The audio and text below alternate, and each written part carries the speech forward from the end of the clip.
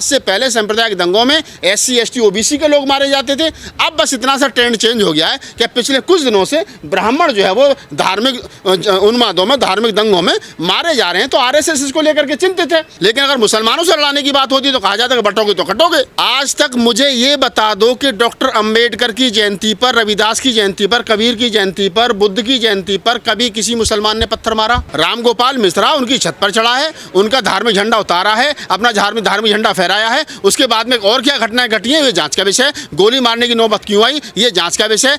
मैं हत्या का समर्थन नहीं करता, ये सच्चाई है। लेकिन अगर ऐसी स्थिति बनी तो वो क्यों बनी, इसके पीछे कौन लोग हैं, ये जांच का विषय है। क्या शोभा यात्रा के नाम पर ये सब दंगा ही होता रहेगा? क्या धर्म यही कहता है क्या?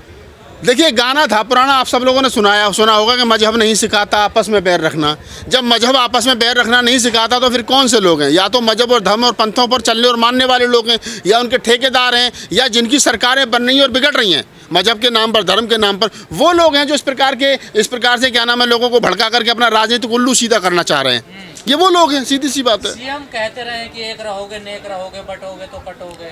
अरे भाई साहब, जिस प्रदेश का CM ये कह रहा हो कि बटोगे तो कटोगे, तो सीधी सी बात है, ये धार्मिक भाषा है। ये भाषा संवैधानिक नहीं है, ये भाषा धार्मिक भाषा है। और धार्मिक भाषा होने के नाते मैं इसका विरोध करता हूँ। ये नहीं होना चाहिए। जिस प्रदेश का CM इस प्रकार की भाषा का इस्तेमाल करता होगा, बटोगे तो कटोगे, तो ये भी पता होना चाहिए कि किससे कटोगे। इसका मतलब वो सीधा 20-80, 20-80, 20-80 जो हमेशा करते रहते हैं कि हम ये 20 और 80 की लड़ाई है, हम 15-85 की जो बात कर रहे हैं, ये जो बैकवर्ड है, ये जो दलित समाज की कुछ जातियां हैं जो कट्टर हिंदू बनी फिरी हैं, ये उसी के बिहाफ पर तो कह रहे हैं कि 20-80 की लड़ाई है, या बटोगे और कटोगे। तो मुख्यमंत्री की इतनी हिम्मत हो जाए और सुप्रीम कोर्ट उससे स्वयं ऑटो ना लेके आप इस प्रकार की भाषा का इस्तेमाल क्यों कर रहे हो? सुप्रीम कोर्ट, हाई कोर्ट जहाँ स्वयं ऑटो लेते हों और इतने बड़े स्टेटमेंट पर, एक 25 करोड़ की आबादी वाले स्टेट के मुख्यमंत्री इस प्रकार की भाषा का इस्तेमाल करेंगे, बटोगे तो कटोगे, और सुप्रीम कोर्ट और हाई कोर्ट उस पर स्वयं ऑटो ना लें, तो आप समझिए कि किस प्रकार से सुप्रीम कोर्ट की खामोशी, हाई कोर्ट की खामोशी, शासन प्रशासन की खामोशी और नेताओं का इस प्रकार का भाषण ये तय करता है कि देश को कहीं ना कहीं सांप्रदायिक दंगों में झोंकने की कोशिश की जा रही है। आज से पहले सांप्रदायिक दंगों में SC ST OBC के लोग मारे जाते थे। अब बस इतना सा ट्रेंड चेंज हो गया है कि पिछले कुछ दिनों से ब्राह्मण जो है वो धार्मिक उन्मादों में, धार्मिक दंगों में मारे जा रहे हैं। तो RSS इसको लेकर के चिंतित है कि जिन समाज को उन्होंने कट्टर हिंदू बनाया, जब भी कोई बात होती कि धर्म खतरे में, हिंदू धर्म खतरे में, तो SC ST OBC के लोग लठ लेकर के कंधे पर निकलते थे कि हम धर्म को बचाएंगे।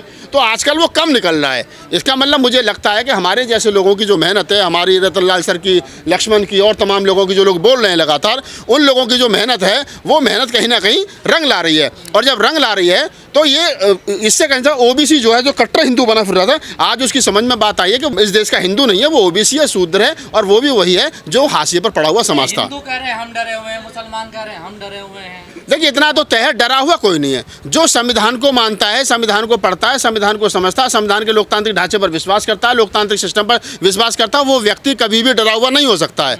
एक आदमी, 20 आदमी, 50 आदमी, 100 आदमी किसी को घेर करके मार दें, किसी दलित की हत्या कर दें, किसी दलित की बेटी का बलात्कार कर दें। अरे जब हाथरस में मनीषा वाल्मीकि का बलात्कार होता है, हत्या होती है, क्या वो हिंदू नहीं होती? उस समय पर नहीं होती वो हिंदू, उस समय पर वो वाल्मीकि बन जाती है। जब किसी दलित के घर को तोड़ा जाता है, फोड़ा जाता है, उसकी बहन बेटियों के साथ में बलात्कार होता है, तब वो हिंदू नहीं होता है। लेकिन अगर मुसलमानों से लड़ाने की बात होती है तो कहा जाता है कि बटोगे तो कटोगे। तब कहा जाता है कि नहीं साहब 80-20 का झगड़ा है। अरे भाई, 80-20 का झगड़ा नहीं है, 15-85 का झगड़ा है। और अब तो कह रहे हो 88 और 12 का झगड़ा है। तो इस देश के मूल निवासियों को समझना चाहिए, आप इस धार्मिक उन्मादों से दूर रहें, धार्मिक जल्लूसों से दूर रहें, धार्मिक ये जो षड्यंत्र चल रहा है देश के अंदर, इससे दूर रहें। ये अल्पमत के लोग तुमको बहका करके सत्ता शासन पर काबिज हुए बैठे हैं। और बहराइच का जो मामला है, बहराइच का मामला इसी तरफ इशारा करता है कि ये वो जो लोग जो सत्ता में धार्मिक उन्माद फैला करके बने रहना चाहते हैं, वो हमेशा चाहते हैं कि इस प्रकार के उन्माद होने चाहिए। यात्रा पे क्यों पथराबाजी होती है ना? आज तक मुझे ये बता दो कि डॉक्टर अंबेडकर की जयंती पर, रविदास की जयंती पर, कबीर की जयंती पर, बुद्ध की जयंती पर कभी किसी मुसलमान ने पत्थर मारा? बड़ा सवाल बोल रहा हूँ, कह रहा हूँ, यही तो सवाल है। मैं कह रहा हूँ ना कि क्या अंबेडकर जयंती पर, बुद्ध जयंती पर, कबीर जयंती पर, रैदास जयंती पर किसी मुसलमानों ने, मुसलमान की कॉलोनियों में जब वो गुजरती है तो क्या किसी ने पत्थर मारा? नहीं मारा। मैं भारतीय बौद्ध महासभा का दिल्ली प्रदेश में और क्या नाम है राष्ट्रीय महामंत्री रहा हूँ। मुझे पता है, आपको पता होना चाहिए कि दिल्ली में जब जब मुस्लिम इलाकों से डॉक्टर अंबेडकर की जयंती निकली है, जुलूस निकला है, तो मुसलमानों ने मस्जिद के सामने खड़े होकर के पानी पिलाया है, शरबत पिलाया है, उन्होंने रक्षा सुरक्षा की है, हमारी बहन बेटी को सह सम्मान मोहल्ले से गुजारा है। आज तक उन्माद नहीं हुआ। क्यों? क्योंकि हमें लगता है कि मस्जिद अजान का टाइम हो रहा है तो हम कहते हैं नहीं अजान का टाइम हो रहा है, माइक बंद कर लो, हम प्यार से निकल जाएंगे। और अगर अजान का टाइम नहीं हो रहा है तो पूरे गाजे बाजे के साथ जाते हैं। हमने अपने जल्लूसों में, बाबा साहब की जयंतियों में मुसलमानों के लड़के टोपी लगा करके नाचते हुए देखें।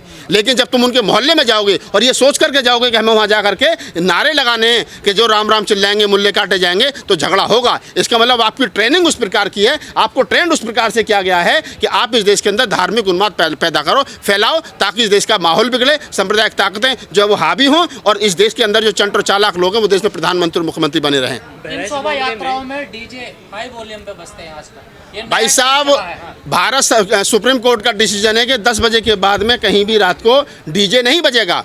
लेकिन ये वही देश है कि सुप्रीम कोर्ट के डिसीजन की धज्जियां उठाते हुए इस देश के अंदर रात को 3 बजे तक जागरण होते हैं देवी के जागरण। नवरात्रों में आपको पता हो सुबह के 4 बजे तक जागरण होते हैं देवी के। कभी कुछ कहता है कोई? नहीं कहता ना। लेकिन अगर अम्बेडकर जयंती हो या कुछ अन्य हो तो कहते हैं कि साहब सुप्रीम कोर्ट की गाइडलाइन है, तो वहाँ सुप्रीम कोर्ट आड़े आ जाता है और हम तो कहते हैं ठीक है 10 बजे के बाद नहीं होना चाहिए। तो ये सारी चीज़ें हैं, इनका आपको भी ध्यान रखना चाहिए। कुछ लोग बहला फुसला करके देश के अंदर धर्म के आधार पर लोगों को बहला फुसला करके लोगों का इस्तेमाल कर रहे हैं, और जो लोग इस्तेमाल हो रहे हैं उनको इस्तेमाल नहीं होना चाहिए। जैसा मैंने कहा कि अब से पहले SC ST OBC के लोग धार्मिक उन्मादों में मरते रहे, अब कुछ सालों से, कुछ महीनों से, 1-2 साल से अब सवर्ण समाज के लोग उनमें मर रहे हैं। तो राहत इंदौरी साहब का एक शेर है कि लगेगी आग तो आएंगे घर के ही जद में। यहाँ पे सिर्फ मेरा मकान थोड़ी है। तो जो लोग ये सोच रहे थे कि हम SC ST OBC को धर्म के नाम पर मरवाते रहेंगे और मुख्यमंत्री प्रधानमंत्री बनते रहेंगे, तो ये गलतफहमी थी। अब मिश्रा जी भी मर रहे हैं, ये चिंता का विषय है। भाई जब आपकी ट्रेनिंग ही उस प्रकार की है कि आपने इस प्रकार के सांप्रदायिक दंगे करनी है, भाई पुलिस मजबूर है तभी तो गिरफ्तारी नहीं करे। पुलिस के सामने आप चढ़ रहे हो, झंडा उतार रहे हो, दीवार तोड़ रहे हो, अपना झंडा लहरा रहे हो, तो पुलिस मजबूर है ना कहीं। और पुलिस मजबूर है तो मजबूरी में खामोश है, उसके हाथ बंधे भी हैं। धर्म के नाम पर ये जो धर्म की अफीम है, इतनी खतरनाक अफीम है कि जो इसको चाट लेता है वो सोचने और समझने की स्थिति में नहीं रहता है, वो चाहे किसी भी धर्म का आदमी हो। और किसी भी धर्म में कट्टरता जो है वो नुकसानदायक होती है। और मैं हमेशा से कहता हूँ कि कोई भी धर्म को मानने वाला व्यक्ति को ये संविधान ने अधिकार नहीं दिया कि वो दूसरे के धर्म को अपमानित करे। ये भारत है और भारत में हर प्रकार के हर धर्म का, हर पंथ का, हर मजहब का सम्मान है। और जो लोग ये कह रहे हैं कि ना साहब इसमें एक ही धर्म के लोग रहेंगे, जो नारे लगा रहे हैं कि राम राम चिल्लाएंगे, मुल्ला काटे जाएंगे, ये लोग आज नहीं तो कल इनको सीख होगी। और जब सीख होगी तो पता चलेगा जब तो बहुत कुछ बर्बाद हो चुका होगा, जब तो बहुत कुछ उजड़ चुका होगा। नहीं, ये जांच का विषय, गोली किसने मारी है, क्यों मारी है, गोली मारने के हालात क्यों बने, किसने उकसाया। बहरहाल जब ये संजौली में विवाद हुआ तो एक फैक्ट फाइंडिंग टीम, जिसका मैं कुछ दिनों के लिए हिस्सा था और बीच में मुझे आना पड़ा, उसकी कुछ वजह थी। हम लोगों ने सोलन से इस फैक्ट फाइंडिंग की या इस ग्राउंड पे जाने की शुरुआत करी। सोलन के बाद शिमला, जिसमें सजौली उसका हिस्सा है।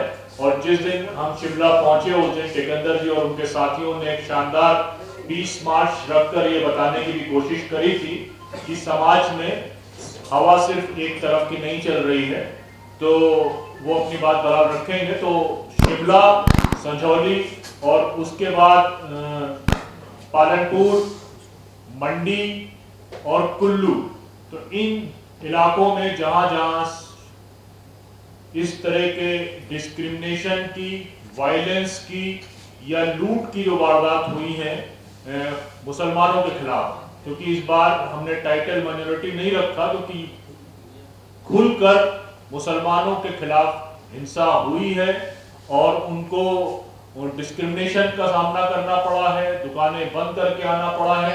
और जो छोटे मोटे कारोबार करने वाले या जो छोटे मोटे फेरी लगाने वाले मुसलमान थे, उन्होंने राज्य को छोड़ दिया है। तो ये तमाम चीजें जो शुरू हुई, इसमें हम लोगों की जो ये रिपोर्ट है वो राज्य के पूरे पॉलिटिक्स के बारे में तो बात करती है, लेकिन स्पेसिफिकली सोलन, शिमला, मंडी, पालनपुर और कुल्लू, इन इलाकों के बारे में बात करती। और कोई एक घटना या 2 घटनाएं नहीं है, बल्कि सीरीज ऑफ द इंसिडेंट्स हुए हैं जो रिपोर्ट किए गए हैं। किसी की दुकानों पर निशान लगा दिए गए हैं, किसी की दुकानों पर अल्टीमेटम दे दिया गया है, किसी किराएदार को अल्टीमेटम दे दिया गया है कि आप मकान खाली कर लें। तो एक तरफ तो अटैक राइट विंग का है, लेकिन उसके साथ साथ सबसे बड़ी नाकामी हिमाचल की सरकार की है, जो लॉ एंड ऑर्डर के इस पूरे इशू को मेंटेन नहीं कर सकी। तो अब हम लोग जब पहुंचे तो हमारे पहुंचने से पहले हमारी फोटो वायरल कर दी गई और फोटो ये कह के वायरल की गई कि ये 5 आतंकवादियों का ग्रुप शिमला में घुसा है और इनका काम गड़बड़ी फैलाना है। और ये फोटो इस पूरे अभियान को चलाने वाले संघ परिवार के नेता कमल गौतम के फेसबुक से डाला गया और फिर जितने भी राइट विंग के व्हाट्सएप, लेकिन कार्रवाई अभी तक कुछ भी नहीं हुई। साइबर सेल में भी करी गई है, वहां के थाने में भी करी गई। थाने ने पहले लेने से मना कर दिया एप्लीकेशन, तो वो बाई पोस्ट भेजी गई। तो बहरहाल इन सब के उसमें आप ये अंदाजा लगा सकते हैं कि जो हम लोग यहाँ पर सामाजिक कार्यकर्ता हैं, सालों से काम कर रहे हैं, या वो जर्नलिस्ट जो लगातार सालों से काम कर रहे हैं, उनको अगर इस लेवल की वल्नरेबिलिटी को फेस करना पड़ता है, तो जो एक उत्तर प्रदेश पश्चिम का, सहारनपुर का या मेरठ का रहने वाला मजदूर या लेबर या फेरी वाला, वो किस लेवल की वल्नरेबिलिटी का सामना कर रहा हो।